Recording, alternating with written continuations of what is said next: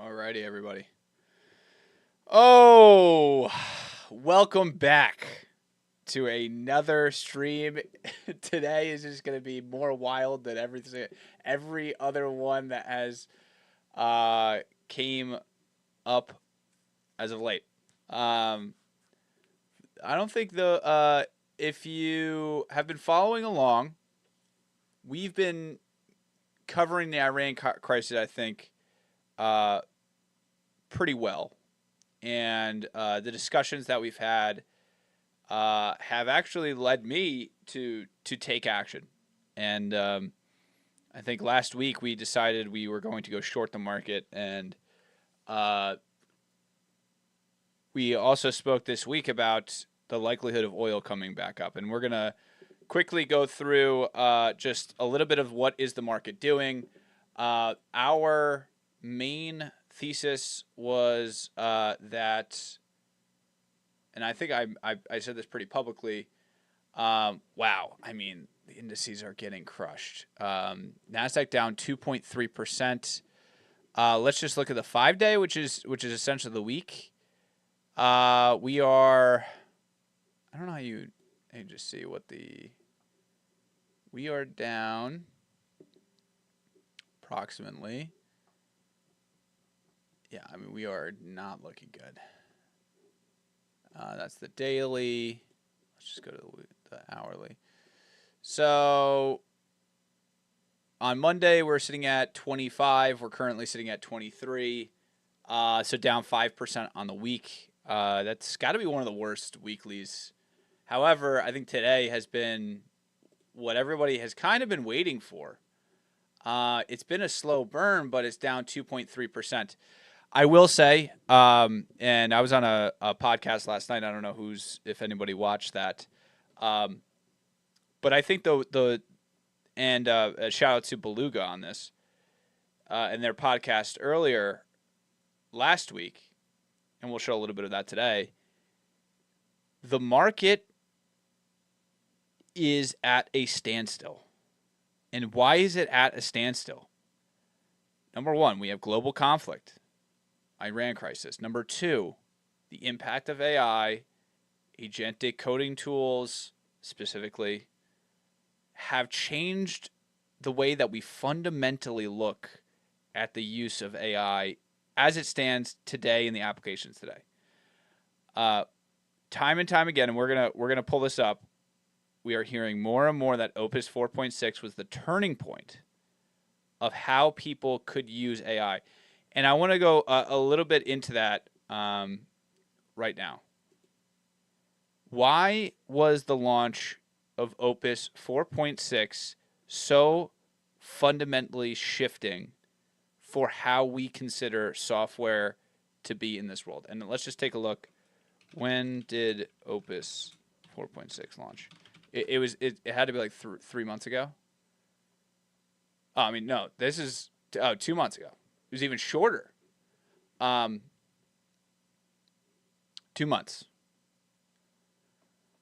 4.6, and prior to that in September. When did 4.5 launch? November. I think this is actually 4.5. I've been talking about 4.6, but 4.5 actually was the turning point. They achieved something, the use case of AI, like no one really had unlocked the real use case of AI. There was a lot of vibe coding applications that were subpar. And subpar just doesn't change much, right? A subpar product doesn't change something. This fundamentally changed how they operate, how well it communicated, and how well you could actually develop tools out of it. And there's the ChatGPT was a moment where they took AI and they put an interface on it that everyone could understand and everyone can use. And that was also a pivotal moment. This is the next pivotal moment in this, because now it's so good that now you can recreate programs that would take years and deep technical knowledge and product knowledge to create. And that fundamentally is gone now. It's gone. Arguably November 24th, Opus 4.5. I would like to see when the peak of the Nasdaq would be, because I would almost argue that, yeah, I mean this is November 24th. November 24th? Wow, it was actually at the bottom of here. But you could imagine at 25. I mean, this fundamentally broke how people think about software, how people think about the creation of it. And likely the way that we use AI going forward is fundamentally different as well. And now we have 4.6, which has agentic AI. And as we consider the implications of this, then we have the war of Iran. And I think the one very, very key thing that we had not considered, or maybe we had, was Iran's ability to choke the linchpin of the Middle Eastern oil and gas pipeline, which is the Strait of Hormuz. Over the coming weeks, since February, I think 18th, Trump said, "Hey, this is going to be very quick in and out," and everyone gauged this off of Venezuela, right? We were in and out. A week later, he says, "Okay, we're like almost done. We're almost done," and then another week goes by, and then all of a sudden the oil gets shut off, and then all of a sudden there's no countries coming to our aid to stop what Iran is doing, and then all of a sudden you have Israel bomb energy pipelines or energy creators in Iran. And then Iran goes and says, and just blows up everything. They took out Qatar, 17% of Qatar's natural gas production. $26 billion loss. That little change, and then the next little change, these aren't little changes. The next step in this was boots on the ground. Boots on the ground means that the conflict will last much, much longer. Much, much longer. So, and that just got mobilized today, or a couple of days ago. There was rumors of it like a week ago, and then today. We are now the market's going, okay, we have an energy crisis, quote unquote, and we have uncertainty regarding the valuation of every major software company in the market. Literally every single one. So you take that, and I'm curious, what is the, let's go to Perplexity for a second. What is the relative market cap of software companies?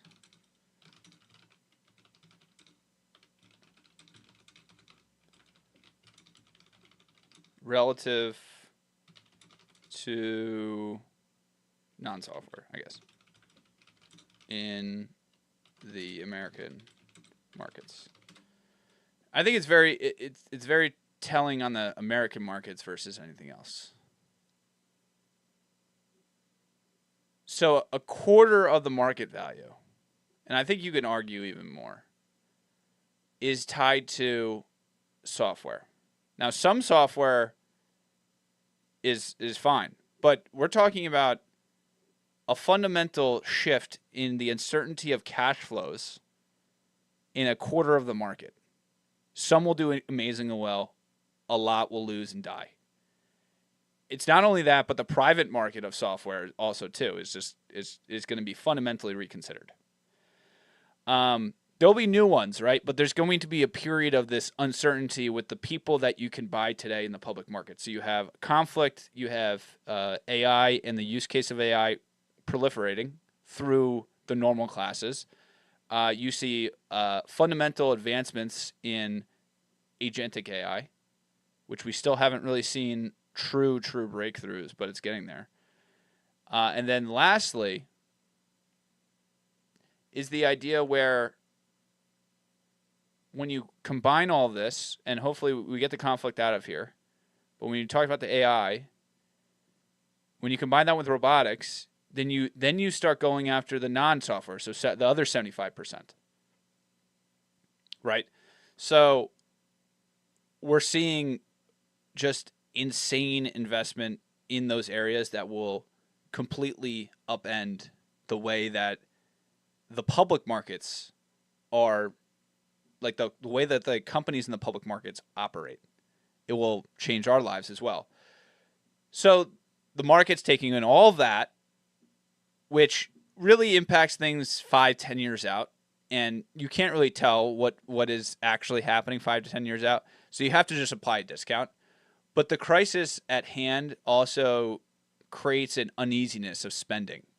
So then you kind of combine fear and worry and uncertainty with an immediate concern and an inflationary issue with an unwillingness of the government to step in.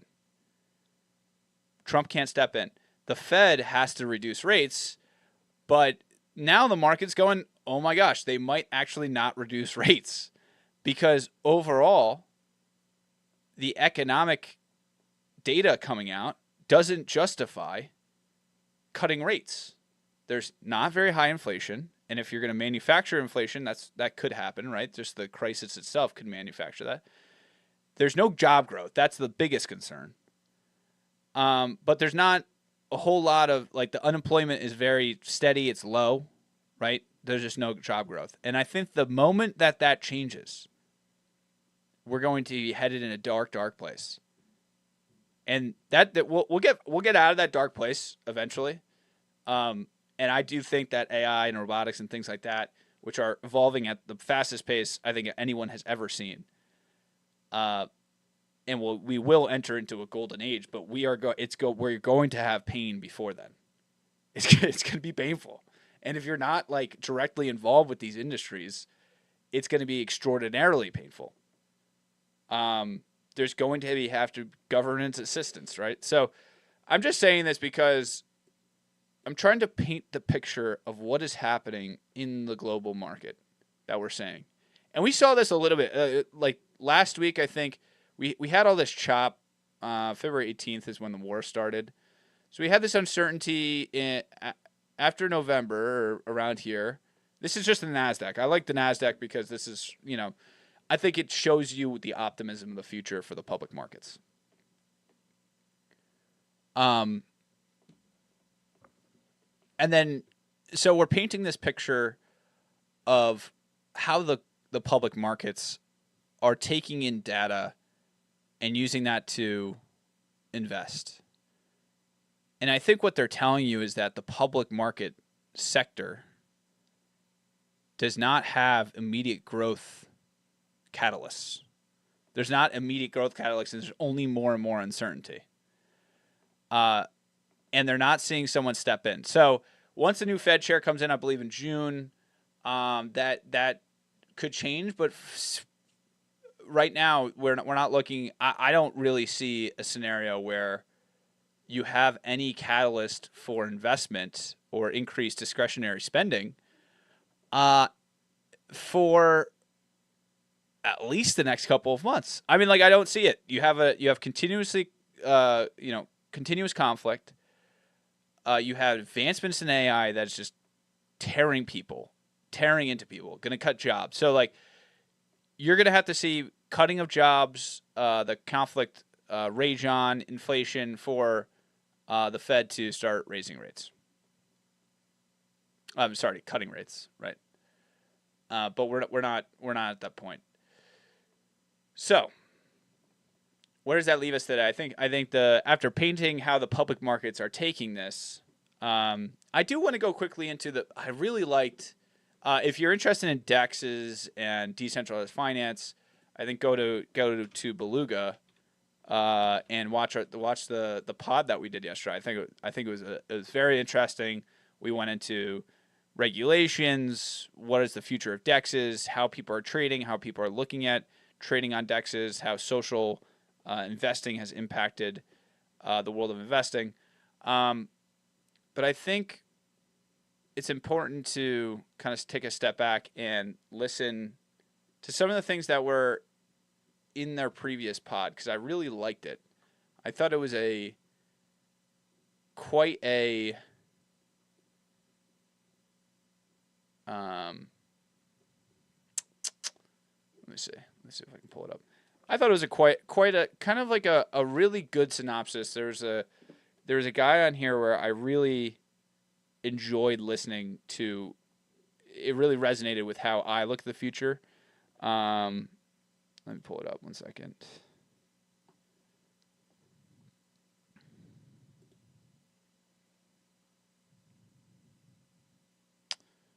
D. Johnston. Let's just go through this real quick. And I'm just going to show you guys that are starting to develop. I think it's still early, but if we get out ahead of this, we can all do extremely well. And it's way too slow, and there's too much. I think it told you guys. Up to 30% of all AI usage, up from 14% just a few months ago. I think it's 80% of the usage. Who owns the outcome models? Is I don't need to pay the SaaS model anymore. You into different behavior, Okay, yeah. not in some, We're just going to watch this for a second, then we're going to dive a little bit into this. I think David had a great take on this. I think we should all listen to it, and then we'll discuss. Fantastical, theoretical way. I mean, like very literally, I own the private key to the wallet, and the value it's creating flows to me, not to somebody else, right? Because those are the options at this point. You own an AI and has 200 IQ, and it's protecting you, or you're getting farmed by somebody else's 200 IQ agent that is manipulating you into different behavior. And that's what we've had with Web 2, right? All these trillion-dollar companies have made an enormous amount of money off of your attention, right? And manipulating your behavior. Like just a little ad, just a little poke here, and you buy this instead of that. They have monetized per person thousands of dollars a year and given you back maybe $100 of free software that mined all of your data, right? So to go back to your question about X402 Alpha, this is what changes the equation. This is what blows up all the is it's a marketplace. Or like, will you write about something else? And like in hindsight, it's like, I should have wrote about NVIDIA. Out on a tennis court, but graphics, Krista Hart, David. That own their AI. Otherwise, you're going at 2 a.m, right? It just keeps going. And I can send money to anybody in the world. The latest is here. What makes Morpheus the best decentralized AI? So what's interesting, kind of replicated the sensors building for a world of I work with. If I was in Davos, you have the next 10 years, just like how your proximity to Bitcoin in 2012 tier, but maybe they could in this open field for their model, and all of a sudden I couldn't agree more.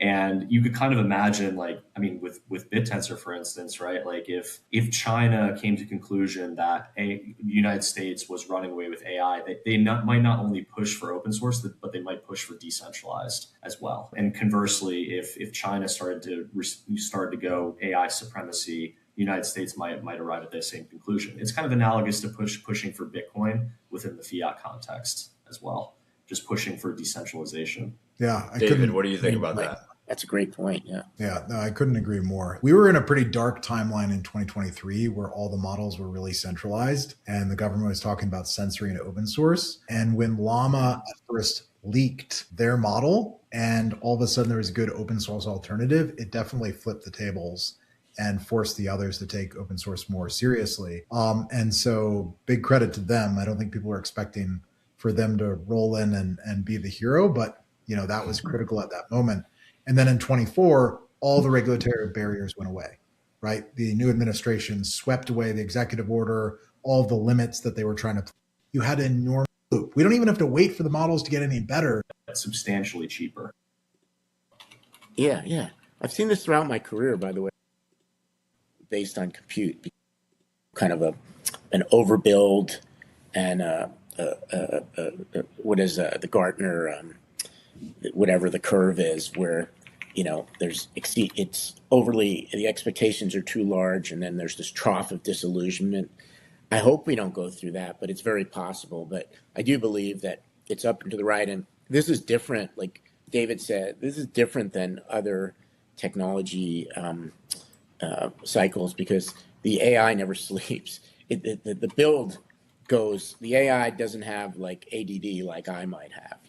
Like it can concentrate for more than 15 minutes at a time, and not have to go take a drink of water or something like that. So I think it could be different. The reason why I think it could be different is because of that. It doesn't require, massive amounts of people necessarily to basically build a technology. Like if you think about the last cycles, like companies, like I feel like we're in this velocity of money cycle now based on compute, because compute, like I said, a gigawatt of compute could be 1 million people, like substitute for 1 million people. In the last cycles where all the money was being raised, they were mainly like hiring people, and most of those people were really bad, probably inefficient. Like, having worked for a big corporation, even as great as NVIDIA, like, I'd say like 95% of the work gets done, the real work gets done by 5% of the people, something like that. I mean, it's ridiculous. Like, I've seen this That's throughout Price's law, right? what? Yeah, I've That's seen this Price's throughout. law. Yeah. I've seen this throughout my career, by the way. Like, I was a lawyer at one point. I used to do billable hours, and the speed, like, I had to I did the billing because I was a partner. I had all these. The speed at which the fastest person could do the task was like 100 times greater. And going back to NVIDIA, I think you have a few guys, including Jensen. He gets a lot of work done because when your processor's that good. But anyway, I think that's why this may not, whatever's happening, I think that's why the bubble may not pop this time. But the likelihood is, even though we're up and to the right, that we could have a deflation and a reinflation. Most people talk about bubbles as in price bubbles. Like, I don't know if the price of NVIDIA goes up or down tomorrow or the next 6 months. Like, it's unknowable. Maybe it's too high, maybe it's too low. The market will figure it out. But to Jeff's point, the utility's there, right? I remember the early days of the internet. A lot of the internet bubble was like companies self-trading pretend revenue and eyeballs, and like, which they are currently doing. There's going to be 1 billion users, but there were only 50 million online so far, right? In 99 or whatever. And so that bubble got way ahead of itself. The difference here is there's real revenue. Like, you don't even have to say, it's going to be a thing in the future. OpenAI has 800 million users. Grok has, 700 million users, whatever number of people are on X, right? Like, that's a lot of the planet, right? You're going to get to 3-4 billion people in the next couple of years of people using this technology, virtually anybody with a smartphone, right? Well, and of which there are 5.5 billion people. Even the guy in Africa or Asia, they've all got an Android phone. It might be a $50 or $100 one, but it runs all this stuff, right? And so I don't think there's going to be a long gap between like the expectation and the reality of what it can do. And that's why I go back to revenue. I didn't really get to the point I wanted to get to. It was the future, really the future of like how work will be done. I do think that there is somewhat of an AI bubble. I think you're seeing cracks in this in what Chamath just posted. Let's pull this up. Chamath just posted a very... why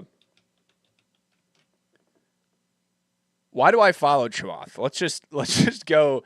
Chamath has a very poor track record of taking advantage of people, but what I think Chamath does really well is he likes being right, and he likes articulating the newest things. I remember he called out DDR4 RAM in like November.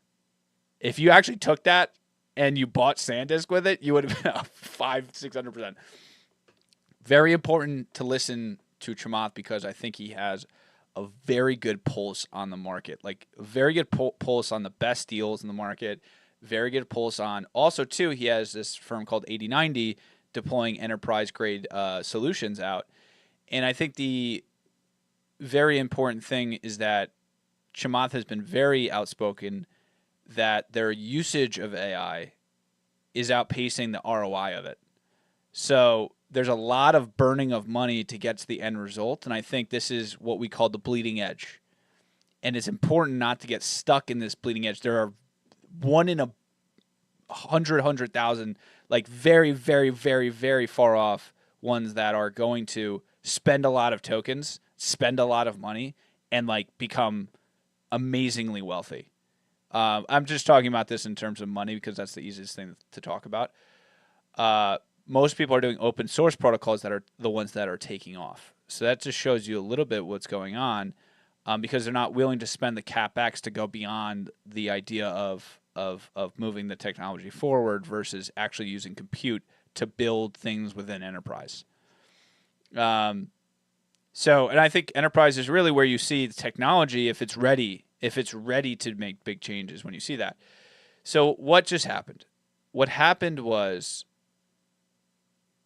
Cursor raised all this money, and I think one of the biggest things that they came out with, this is a really long post, but their raise was somewhat orchestrated upon the idea that they have their own foundational model that they use for coding.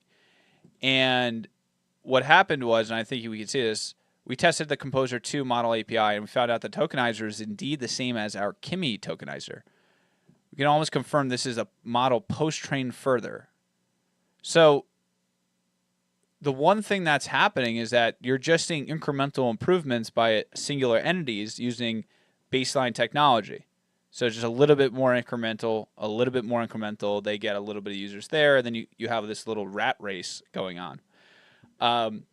And so these valuations of 50 billion are taking into account that they're using an open source model and just making incremental improvements upon it. This is not unlike things that were done in crypto. There's things that were done like Facebook. I will agree, like Facebook wasn't anything more than just what it was, right? It was the insane rapid pace and the ability to generate revenue off of it was why it did so well. Now, I think Chamath's point on this, which I think we should heed, is I don't think there's anything shady going on here or not. Don't know. But I will say that more generally, that VCs prefer social proof than actual diligence. XYZ did the A, we must get into the B. Or ARR is growing so fast we need to get in. In the final telling, there will be a lot of zeros in the AI complex as some companies have spectacular rises and falls. When we look back, the reason above will largely explain why. Why? Because the talent and the technology is coming from one party and the other party is just wrapping it and selling it. And they're getting the valuation multiple from it. So, to the extent that people are riding on moats here, it's a little bit tough. There really is no moat. It's just distribution and the ability to get in the hand of users. He also posted this, at 8090, one of our best engineers is still in high school. How he got the job here is for another day. But brilliant kids using AI will rebuild the entire world for the better. I will say that young individuals who know how to use AI really well, combined with technical experience of somebody who's been doing architectural design and server design and database, is arguably the most powerful team that you could possibly have now. It's not a team of product engineers. It's not a team of anything like that. It's the ability to, number one, you could recreate a lot of different products or create new products depending on it. But it's the ability to quickly automate and create things and then scale them. I think that's the real value in non-foundational software teams are going to be.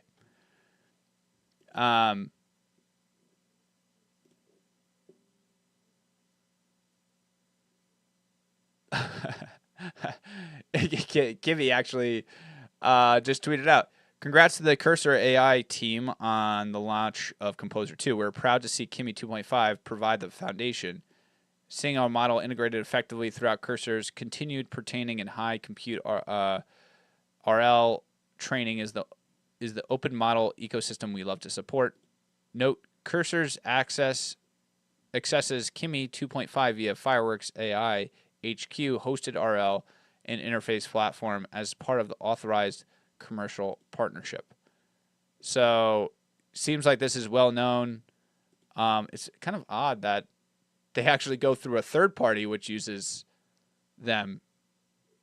Very important to understand. Cursor is literally like, yeah, we don't really care about Kimi. We actually just care about the access and the ability to use it. And it's just another person creating a use case on top of Kimi and then selling it. So they're wrapping it, and then Cursor's wrapping it and using it to distribute to their folks. Insanity.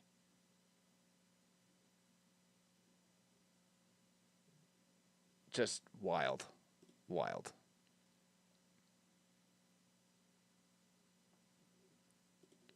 Wow. Another very interesting trend here is that rental market deflation is spreading across the U.S. This is, gosh, when this? Well, we've been talking about unable to sell a home for, I would say, I think we've been talking that topic of not able to be selling a home at this point at the current market prices. But it does seem like there's a rental peak. Now, I think we need to do a little bit of due diligence on this, but the top 15 rent cuts: Austin, Texas, Fort Myers, Colorado Springs. These are all COVID cities, complete COVID cities. You don't see any in terms of large cities. Down 22%. So what's also interesting is that the rates are at all-time highs. So I know in New York you have people are underwater completely.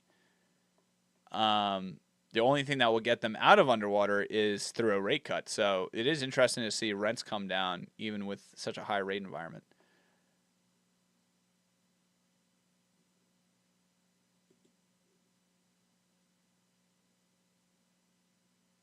Yeah.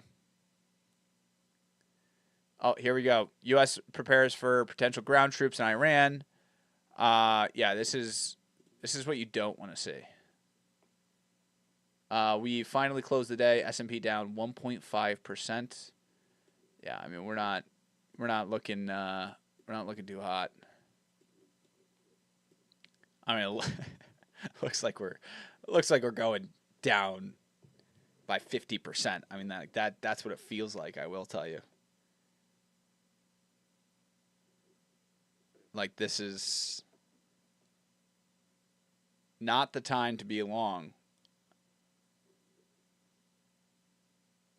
I mean, it's crazy because it's been a week of down, and yet we haven't even blipped the chart.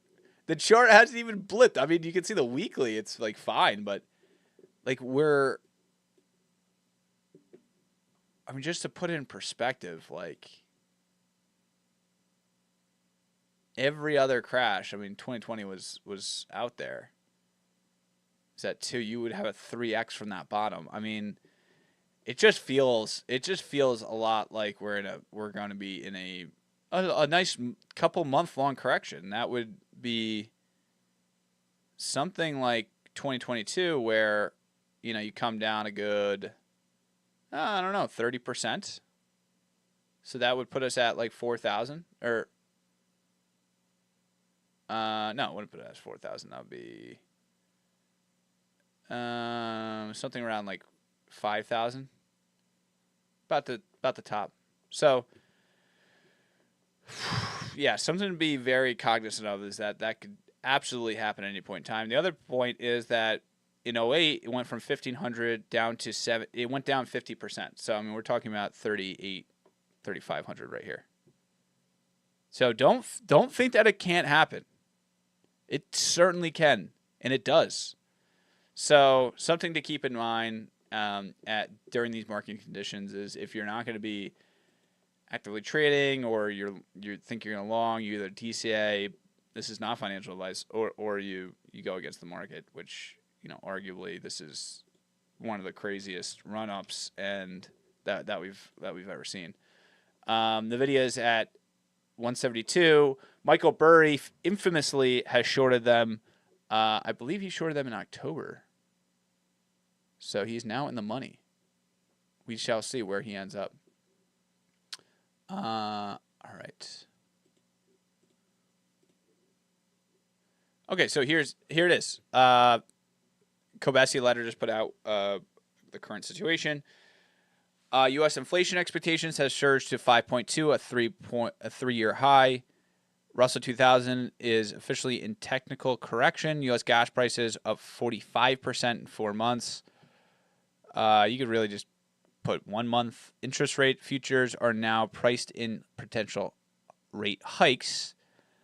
Gold is down $1,000 an ounce. Mortgage rates have risen 50 bips. So, like, the entire economy is literally changing their belief. It just shows you gotta be focused. Let's just see where the digital markets are at. I know that we looked at Nvidia and the QQQ and some of those stocks, but let's just take a look at Bitcoin, where that is trading currently at 70. So holding strong throughout these dips. It hit 60 at a low. So, it's actually pretty bullish. Circle, let's see where that ended today. Down 1.2%. So they're beating the market, interestingly enough. Figure, we'll just go through the gambit. Figure is up 4% on the day. So digital asset companies doing okay against the overall market, and you're seeing that converge.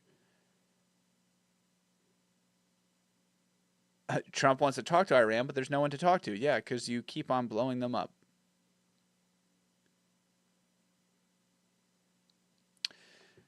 This is it. New hires are getting older.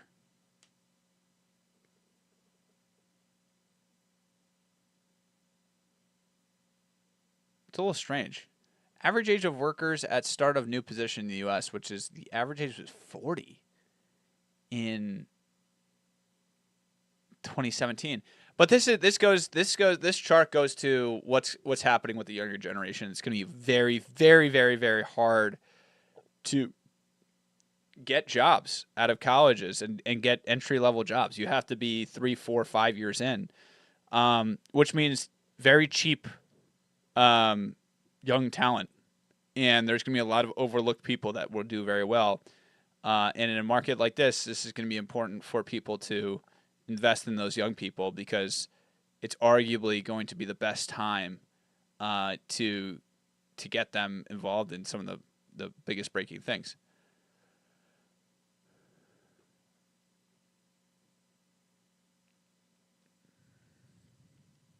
Frank DeGod's trying to figure out the best way to organize data. There's 100% plus moves somewhere every day, somewhere in the mix of stocks, perps, and prediction markets. Hard to find and understand it enough to actually risk your own capital. I agree. I mean, half of these are these are all oil, NVIDIA.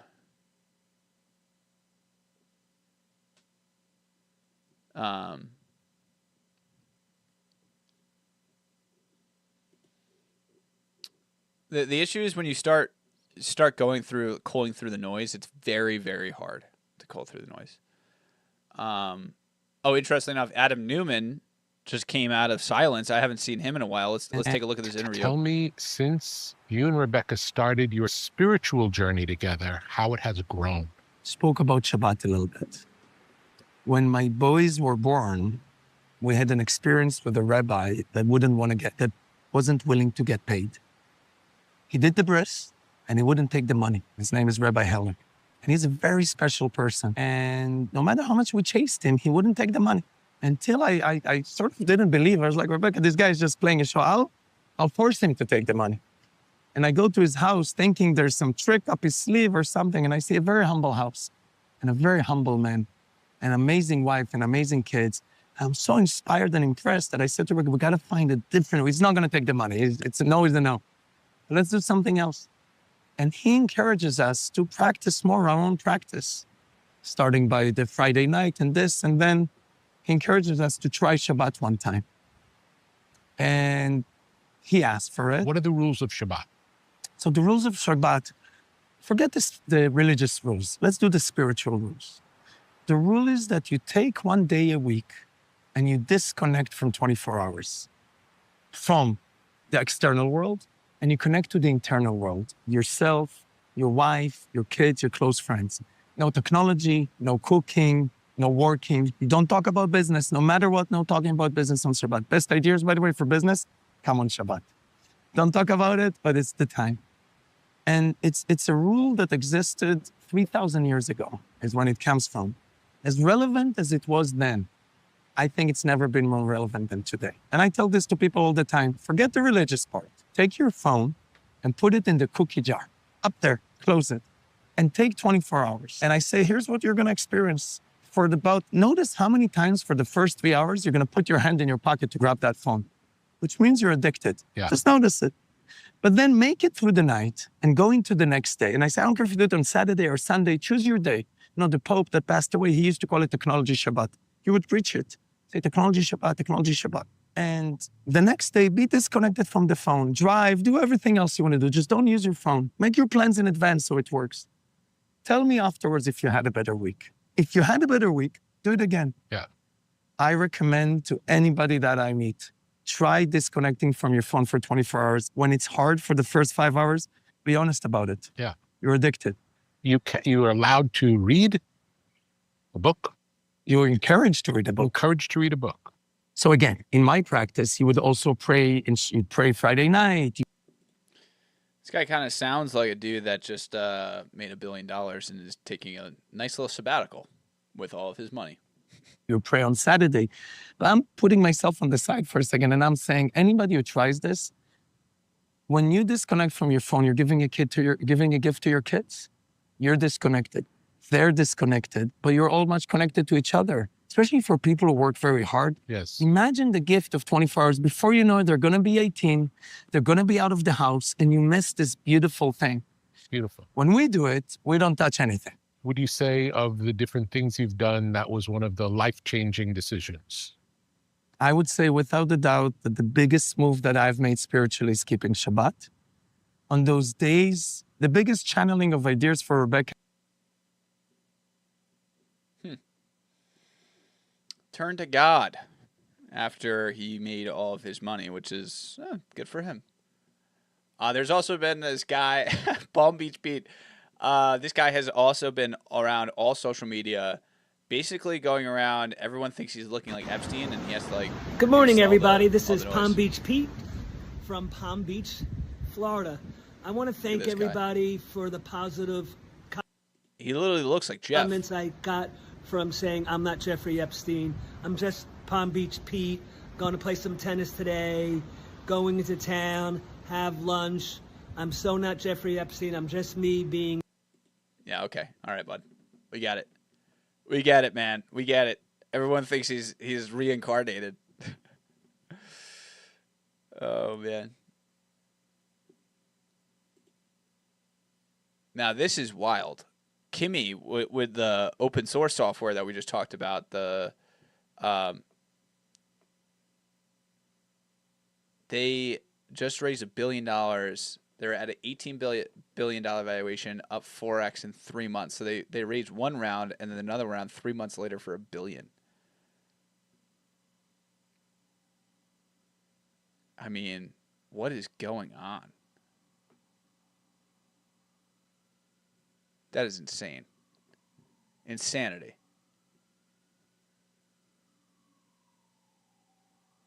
Also, it looks like Iran's like a troll at the moment. They take a $2 million fee for safe voyage. They cannot anything related to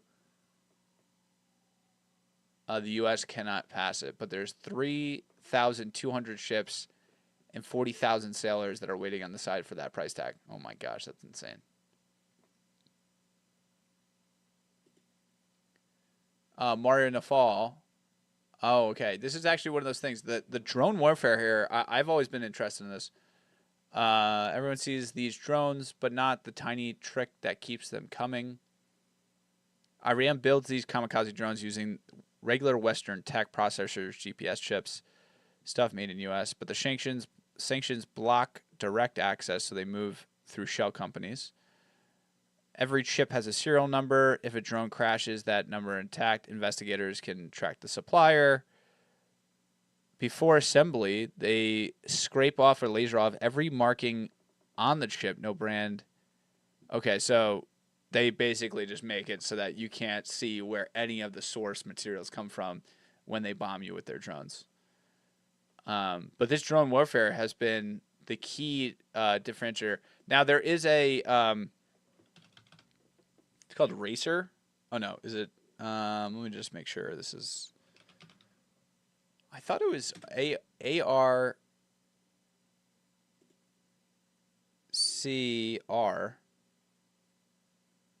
Let me pull it up real quick. Which is the drone company. You know what? I'll just go like this.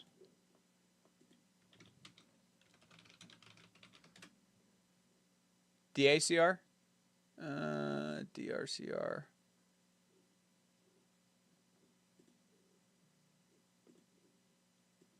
I thought it was this.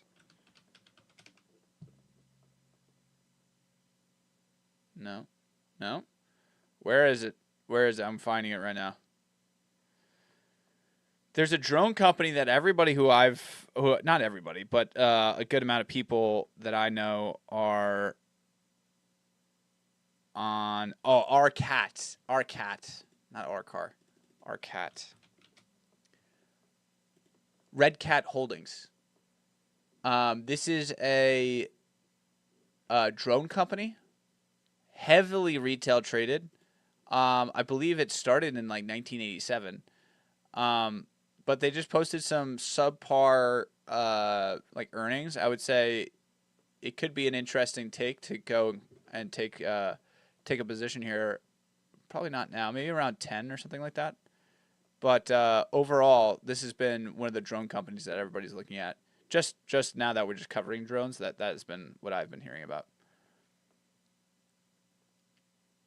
Vitalik states that pump fund killed meme coins by turning new retail investors entering crypto into a degenerate gambler with no real world use. You know, I think it's funny that Vitalik has always been against meme coins and launchpads and all that, yet that's literally how Ethereum grew. It's literally how crypto grew. Like, most people traded meme coins. Like, that's how people get introduced to the space.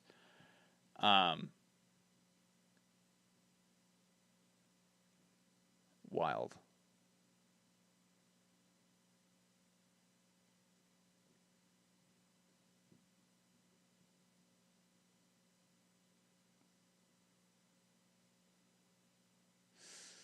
Oh, Robinhood Ventures. I don't think we have Robinhood.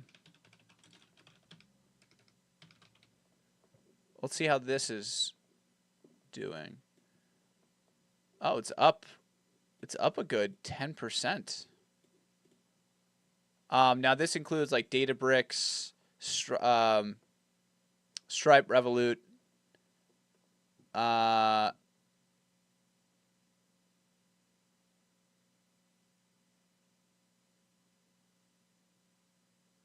Not a good sign when the private market valuations are below that. So their mark to market is about 10% below. Yeah, I'm not actually that bullish on this vehicle because, like, for example, in Dexify, we have some of the best ones that you can invest in, and they're performing extremely well. Everybody wants in. It's up 66% over the course of its time. It has Anduril, SpaceX, OpenAI, Anthropic, Kalshi, and Pi Market. It's so important that you have access to these ones. If you have a bunch of companies that are kind of, I mean, they're obviously not tier 2, but these are companies which, you know, you would want to see the other ones. But it's kind of on this side of things, it's a little tough. It's a little tough.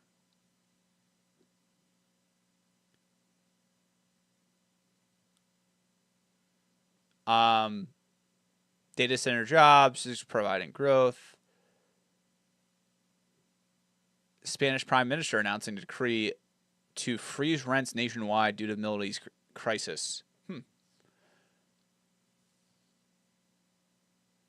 Oh, okay. One thing that I do want to touch on today is March 20th. And the reason why I'm marking this is that cyber attacks, both internally, just from agents like messing up, I mean, you could argue that's even a cyber attack. They're going to get more and more frequent. And as the system becomes more and more quote unquote autonomous, this is 100% the biggest risk for AI and all this is the fact that these systems are so good at hacking and even just voice and social manipulation. So I think the one prediction is that there's going to be big hacks. Now CrowdStrike, I think, is the kind of the forefront of security. Security is just huge. You could argue that this really should be like the main company to buy during the AI time, outside of like NVIDIA and things like SanDisk and Micron and things like that. But arguably, security is the next forefront. Like, very hard to argue against the security, the security companies, because like what they're people are like systems are going to go down. They are going to go down.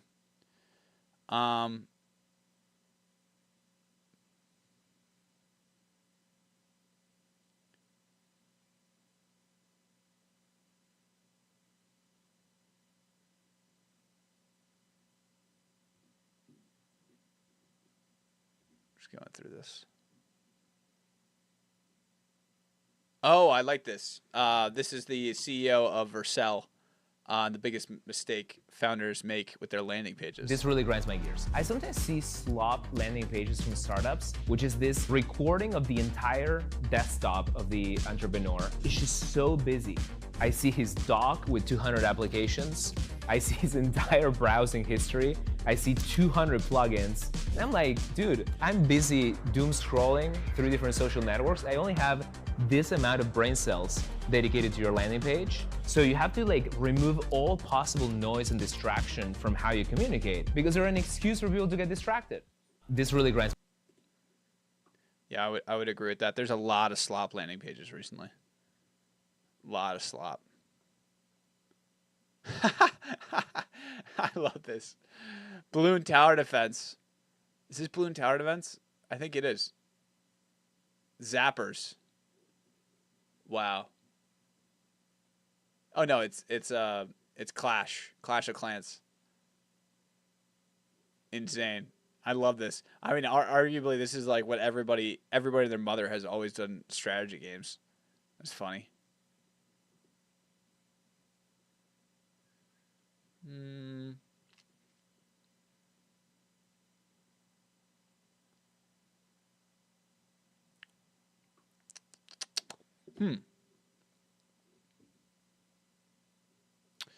Let's watch this. This is the Jensen Huang, CEO of NVIDIA. Every company in the world needs to have open claw strategy and agentic system strategy. This is the new computer.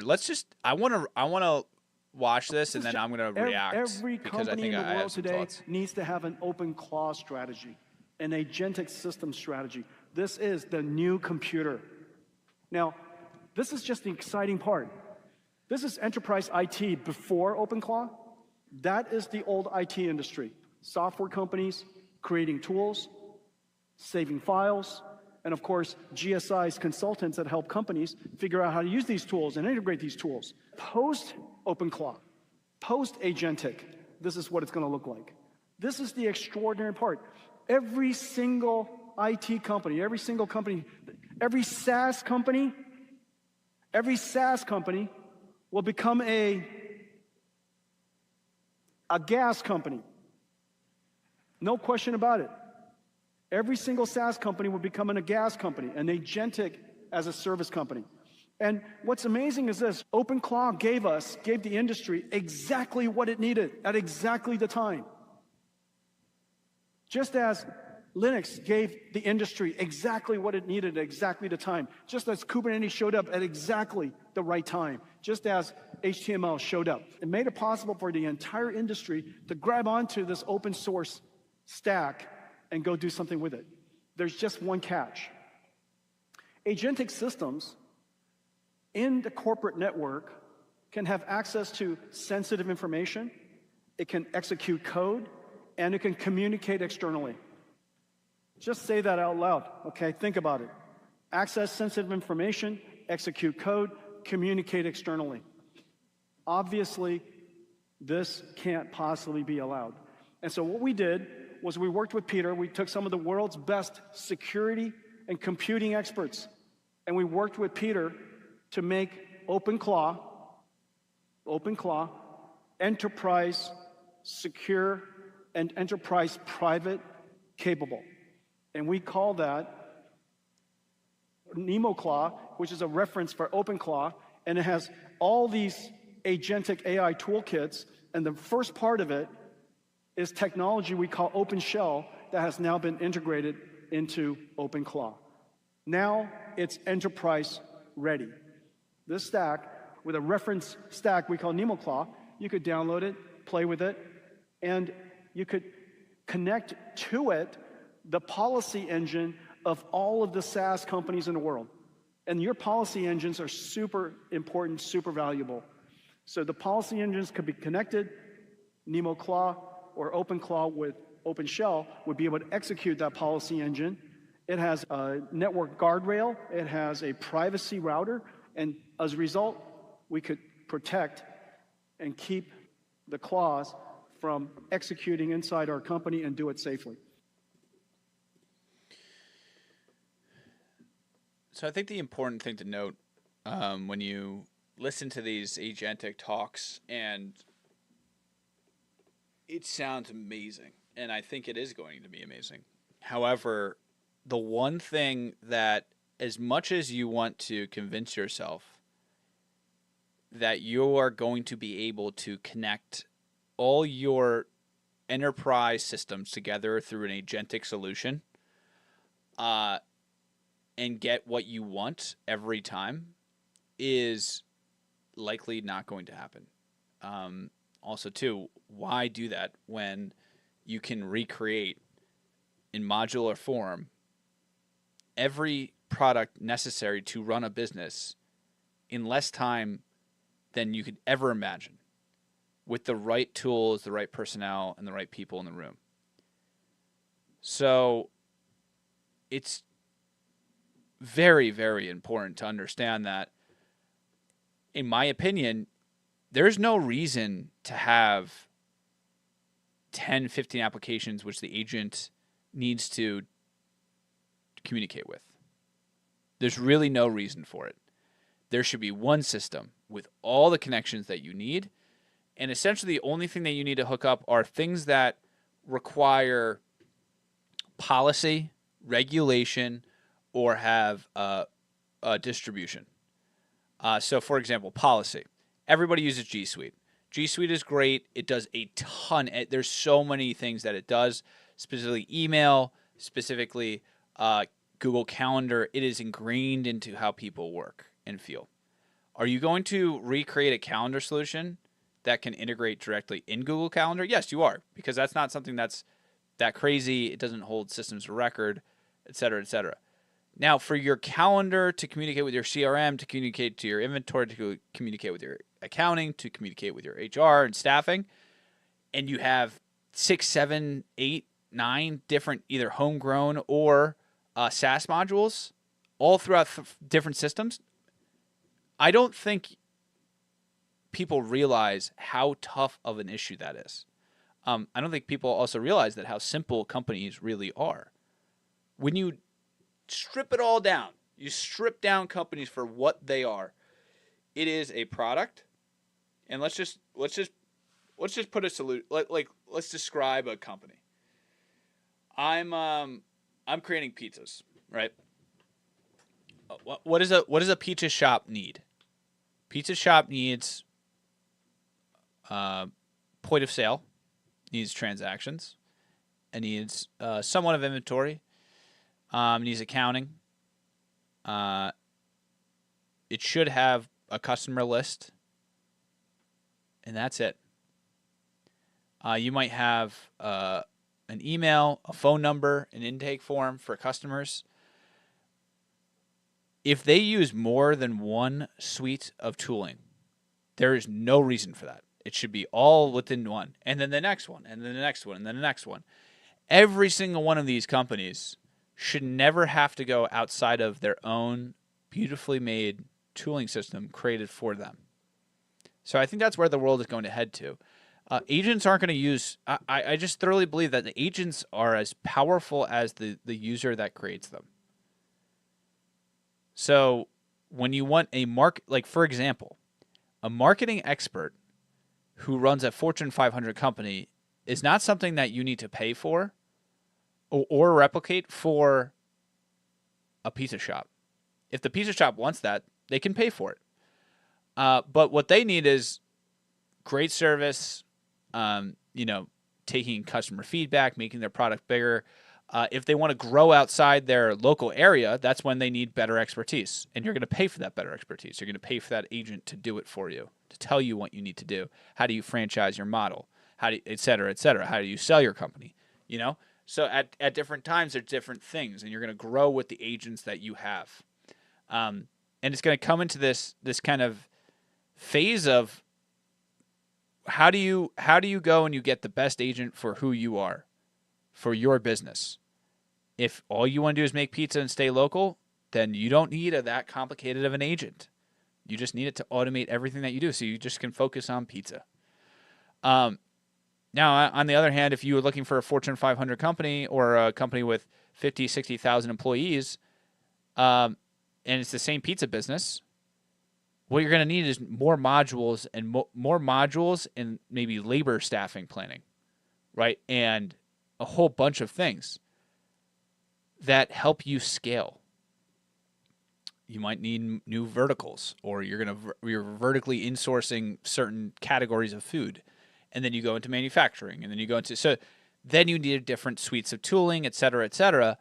But those are just add-ons, right? And you bring on the agents. So this agent as a service is going to become more and more likely, and it's going to continue to happen more and more frequently.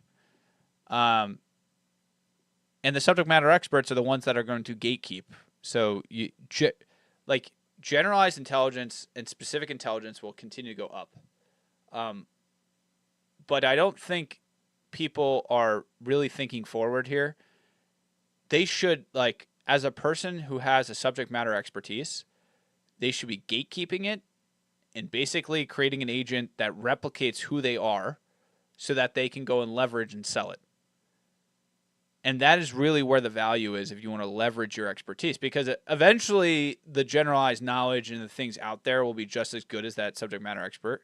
However, there is a time where selling you as a person, as a digital person that will give you the best advice on how to run your pizza shop and actually automate the task because it knows the pizza shop so well.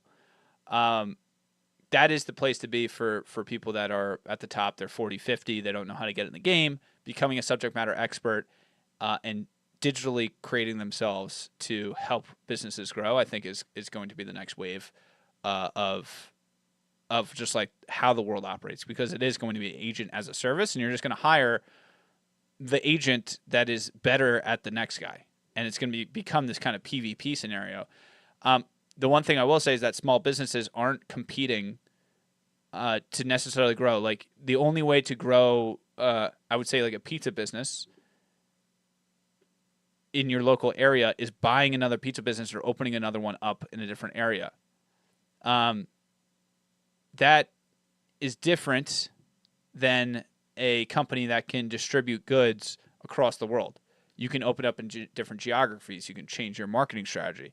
Generally, pizza is going to have just a steady demand, and you can run, some discounts and things that would drive volume. And I think that's where you could see some ingenuity here.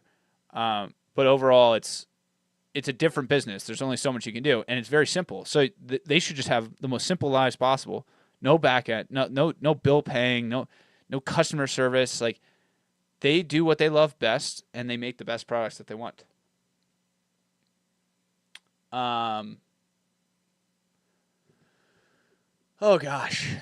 Oh, we forgot our Indexify agent has created a portfolio. Let's see how it's doing.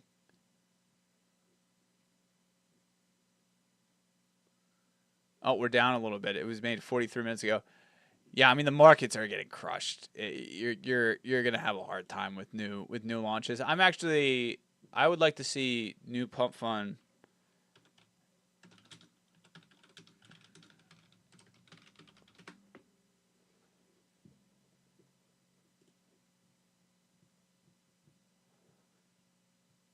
Let's just take a look at.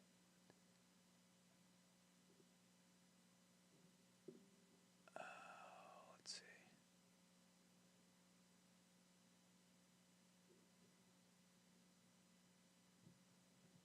Overall, it's not doing terribly. It's selling relatively steady. I thought that they were kind of stagnating a good bit, but nothing crazy here.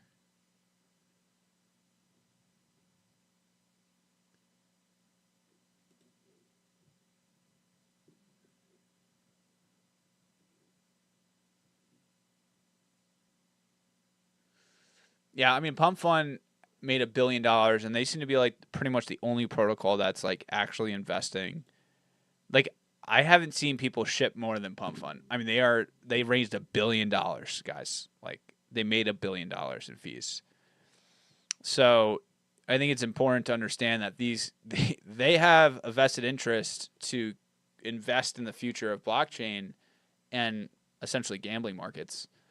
But yeah, Pump is definitely one that, I mean, you think like where's Pump go? Where's Pump at right now? I mean, overall volumes are down. Yeah, 1.8.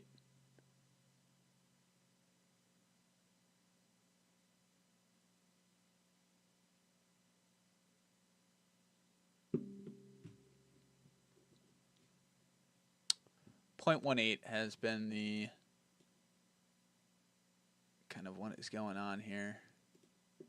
But generally speaking, let's just take a look at what was made at 4. This is our agent that makes new portfolios every day at 4 p.m. So we're going to take a look at that right now.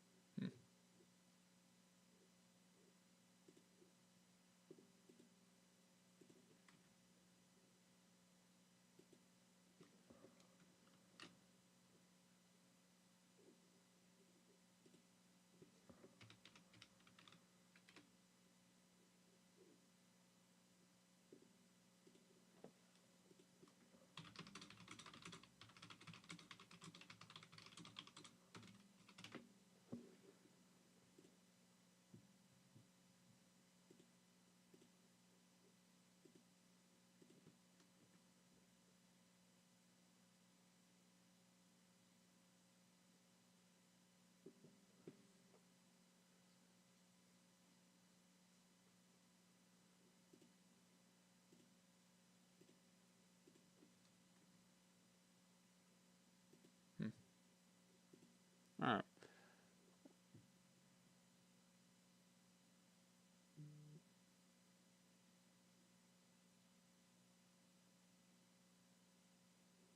Let's take a look what's going on. Yeah.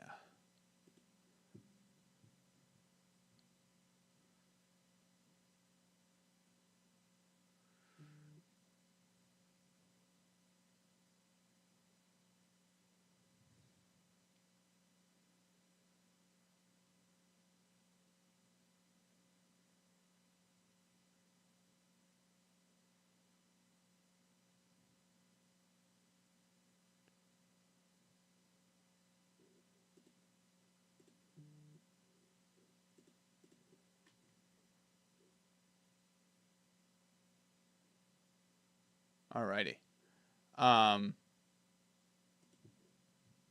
Let's take a look at this.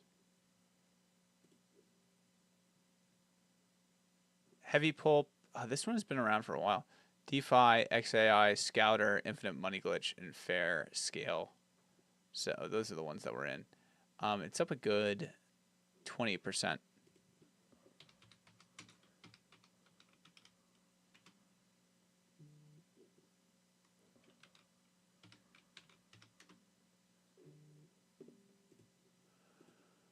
Oh man, yeah. So we'll see how this one goes. Let's buy a little bit of it.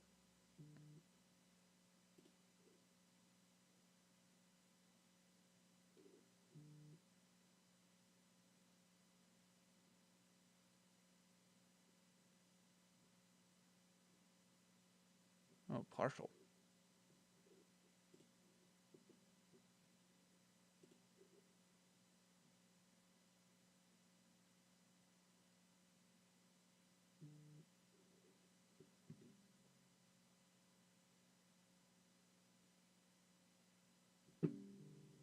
Nice.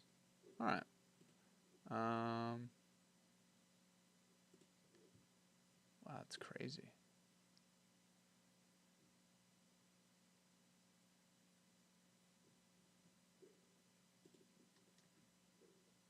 It's a crazy slippage amount.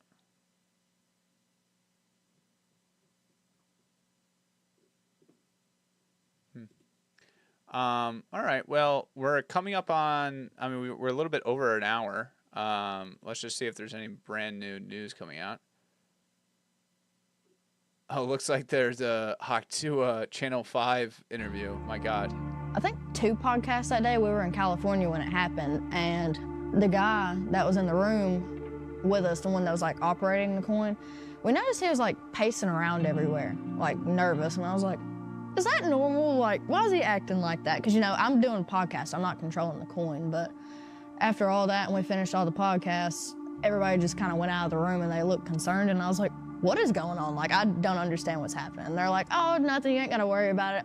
I pull up my TikTok, and the next thing I know, oh, yep, Haley Welch is going to jail. And I was like, what did I do? Why am I going to jail, you know? It's done every single day. Like, it's normal at this point. Like, normalize it, you know? What? Hawk2. So the day that the coin launched, I can't believe she's still going with all this. It's actually shocking, like the fact that she's like actually doing everything. Wow.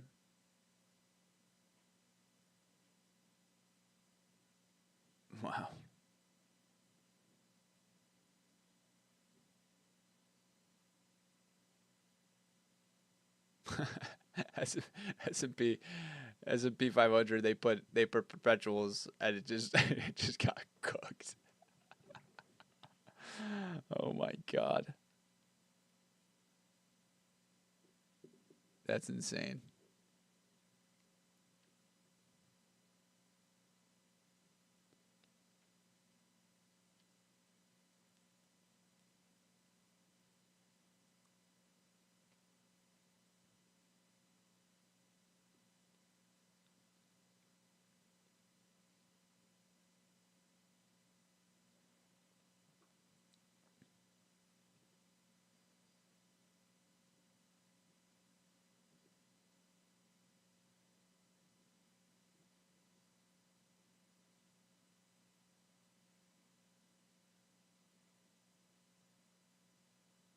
God, the video.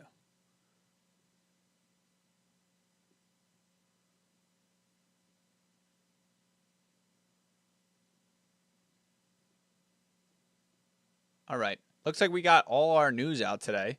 Well, with that, we will see you on Monday. Enjoy the weekend, everybody, and thank you